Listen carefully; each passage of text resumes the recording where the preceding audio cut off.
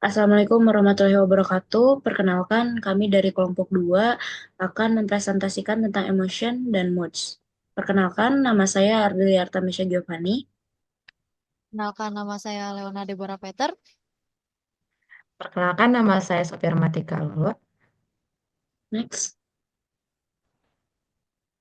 Yang pertama ada definisi emosi dan mood, yaitu emosi adalah perasaan intens yang diarahkan pada seseorang atau sesuatu yang bersifat sementara dan mendorong tindakan. Sedangkan mood yaitu perasaan yang lebih lemah dibanding emosi, bertahan lebih lama dan tidak memiliki pemicu yang spesifik. Next.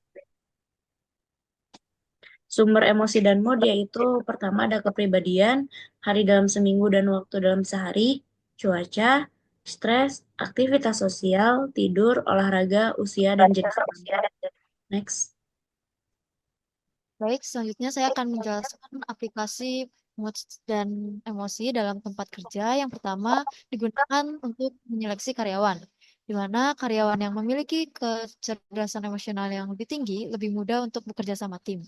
Kedua, digunakan untuk mengambil keputusan. Ketika seseorang memiliki mood positif, akan membantu berpikir kreatif dan cepat mengambil keputusan.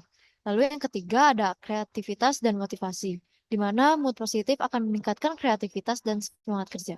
Lalu yang keempat, digunakan untuk sebagai kepemimpinan, di mana pemimpin yang memiliki IQ yang tinggi akan memiliki eh, kemampuan untuk mengelola tim yang lebih baik.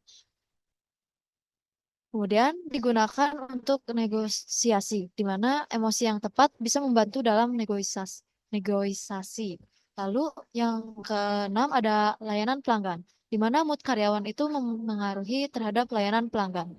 Lalu yang ketujuh, karyawan yang memiliki mood yang positif di tempat kerja akan berpengaruh pada kepuasan kerja dan kepatuhan terhadap aturan. Dan yang terakhir, dapat meningkatkan keselamatan dan pencegahan cedera, di mana mood negatif bisa menyebabkan ceroboh dan mengabaikan keselamatan. Adapun jika kita seorang manajer, yang akan kita lakukan untuk melakukan meningkatkan mood karyawan. Yang pertama, menciptakan lingkungan kerja yang positif. Lalu yang kedua, memberikan apresiasi dan penghargaan. Yang ketiga, memberikan fasilitasi kegiatan yang meningkatkan mood. Dan yang terakhir, menyediakan program pengembangan diri.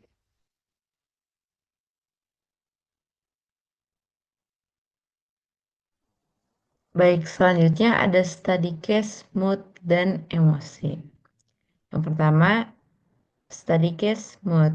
Ardelia adalah seorang mahasiswa yang sering merasa kurang bersemangat saat cuaca mendung atau hujan.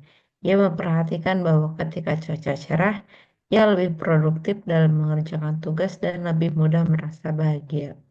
Namun, ketika hujan turun sepanjang hari, ia merasa malas, kurang termotivasi, dan sulit berkonsentrasi. Lalu selanjutnya ada study case emosi. Leona adalah mahasiswa yang selalu belajar dengan giat sebelum ujian. Namun, setelah hasil ujian diumumkan, ia merasa sangat kecewa dan frustasi karena nilainya lebih rendah dari yang ia harapkan. Leona merasa usahanya sia-sia, mulai kehilangan motivasi dan merasa tidak percaya diri untuk menghadapi ujian berikutnya. Next.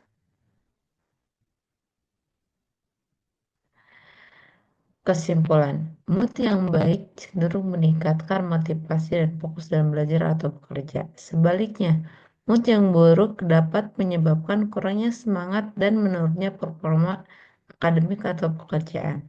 Emosi yang tidak dikelola dengan baik bisa menyebabkan konflik dalam hubungan sosial seperti di lingkungan perkuliahan atau tempat kerja. Mengelola emosi dengan baik seperti dengan teknik pernapasan atau self-talk positif dalam membantu seseorang merespon situasi dengan lebih rasional dan bijak.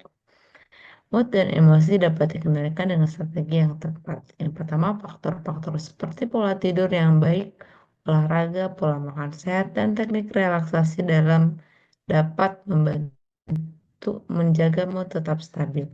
Emosi negatif dapat dikelola dengan teknik seperti mindfulness, berbicara dengan teman, atau menulis jurnal untuk mengekspresikan perasaan. Dengan memahami bagaimana mood dan emosi bekerja, seseorang dapat lebih mudah mengatasi stres, meningkatkan kepercayaan diri, dan membangun hubungan sosial yang lebih baik. Kesimpulannya, meskipun mood dan emosi adalah bagian alami dari kehidupan, kemampuan untuk mengelolanya dengan baik sangat penting untuk kesejahteraan mental dan keberhasilan dalam berbagai aspek kehidupan. Sekian yang bisa kami sampaikan. Terima kasih banyak. Wassalamualaikum warahmatullahi wabarakatuh.